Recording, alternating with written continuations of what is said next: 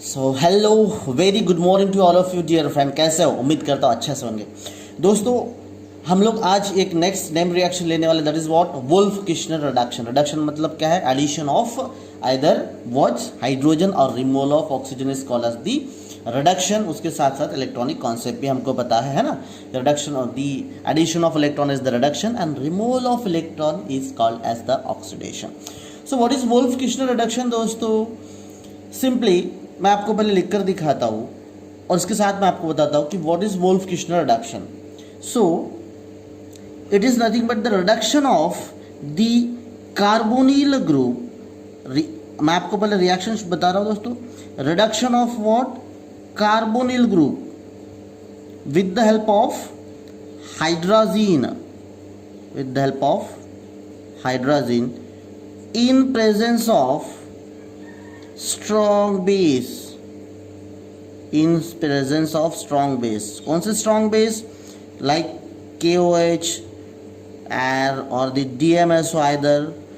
so to form the respective alkane or the hydrocarbon is called as Wolff-Kishner reduction। मतलब क्या है कि जो कार्बोनिल ग्रुप है ना, कार्बोनिल कंपाउंड, जब हम लोग ट्रीट करते हैं with hydrogen in presence of strong base like KOH, DMSO, it forms the hydrocarbon और द रिस्पेक्टिव अल्केन, हाइड्रोकार्बन और रिस्पेक्टिव अल्केन।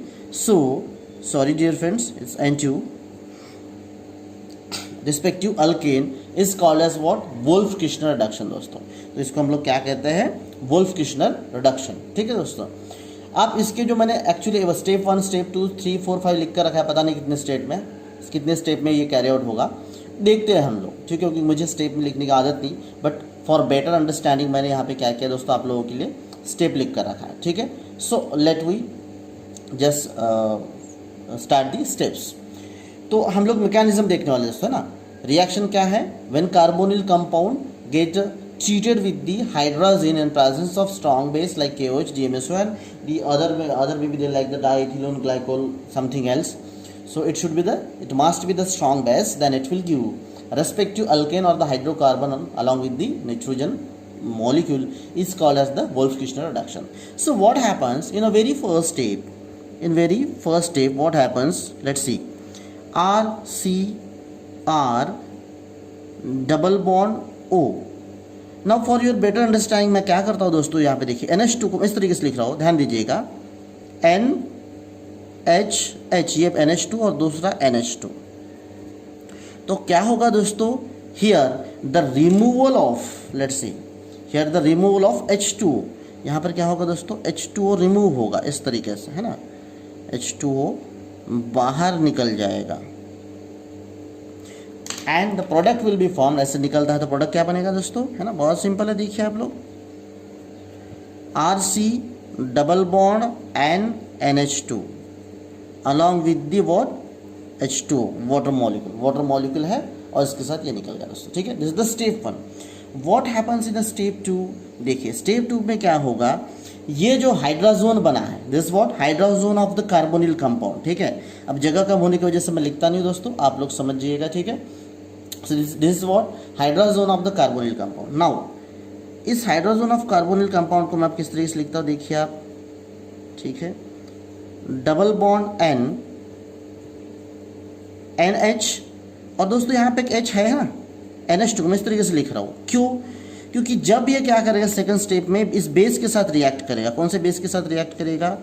इस बेस के साथ रिएक्ट करेगा, OH नेगेटिव। तो होगा क्या दोस्तों? This proton will be absorbed here, ये प्रोटॉन यहाँ पर एब्जॉर्ब होगा। अब ये प्रोटॉन यहाँ पर एब्जॉर्ब होगा, मतलब ये जो बॉन्ड पेयर है वो बॉन्ड पेयर यहाँ पर शिफ्ट होगा। अब ये बॉन्ड पेयर यहाँ पर अगर शिफ्ट होता है, कहाँ पर? यहाँ पर होगा। ठीक है ना, ये पाई बॉन्ड दोस्तों, तो मुझे थोड़ा सा आगे दिखाना चाहिए था। तो फिर क्या होगा, ये जो है the pi bond between the carbon and the nitrogen will get shifted over here, इस तरीके से शिफ्ट होगा। तो फिर क्या बना दोस्तों, लेट्स सी, RC, ये निगेटिव चार्ज यहाँ पर आ गया है, single bond N, double bond NH, और H इसमें क्या हो गया? H2 बाहर निकल गया, है ना, H2। इस तरीके से, ठीक है। अब क्या होगा दोस्तों, जैसे ही देखिए, जैसे ही कार्बन के पास अभी क्या हुआ था ये समझ लीजिएगा, सिर्फ हम लोगों को रिएक्शन देखना सफिशिएंट नहीं दोस्तों, हमें ये भी समझना ज़रूरी है कि प्रोटॉन एब्जॉर्ब क्यों हुआ। Why? Because nitrogen is the base, nitrogen भी बेसिक है, इसके पास भी लोन पेयर है। ये जो हाइड्रोक्सिल ग्रुप है वो भी बेसिक नेचर का है क्योंकि इसके पास नेगेटिव चार्ज है, बट अब ये स्ट्रॉन्ग बेस है हाइड्रोक्सिल ग्रुप OH, ठीक है ना, हमने पहले ही बोला स्ट्रॉन्ग बेस चाहिए। तो स्ट्रॉन्ग बेस क्या करेगा, ये जो हाइड्रोजन है दोस्तों, है ना, ये हाइड्रोजन H+ है, H+ को इजीली एब्जॉर्ब करेगा।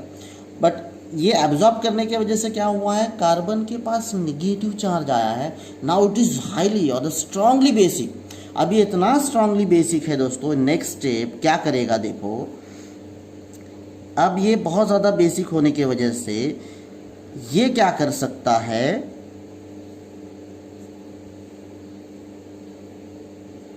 अब ये H+ एब्जॉर्ब करेगा वाटर मॉलिक्यूल का, ठीक है दोस्तों। मैं यहाँ पे इस तरीके से दिखा था आपको, HOH। अब ये क्या करेगा, यहाँ से प्रोटॉन एब्जॉर्ब करेगा, ठीक है दोस्तों।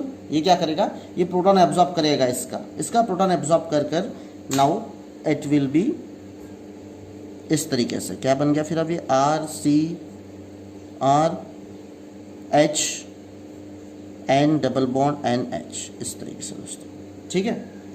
इन नेक्स्ट स्टेप, अगले स्टेप में फिर से क्या होगा दोस्तों, अब ये हो गया, फिर से नेक्स्ट स्टेप में ये हो रहा है RH N double bond NH। अब फिर से दोस्तों यहाँ पर आ गया बेस भैया।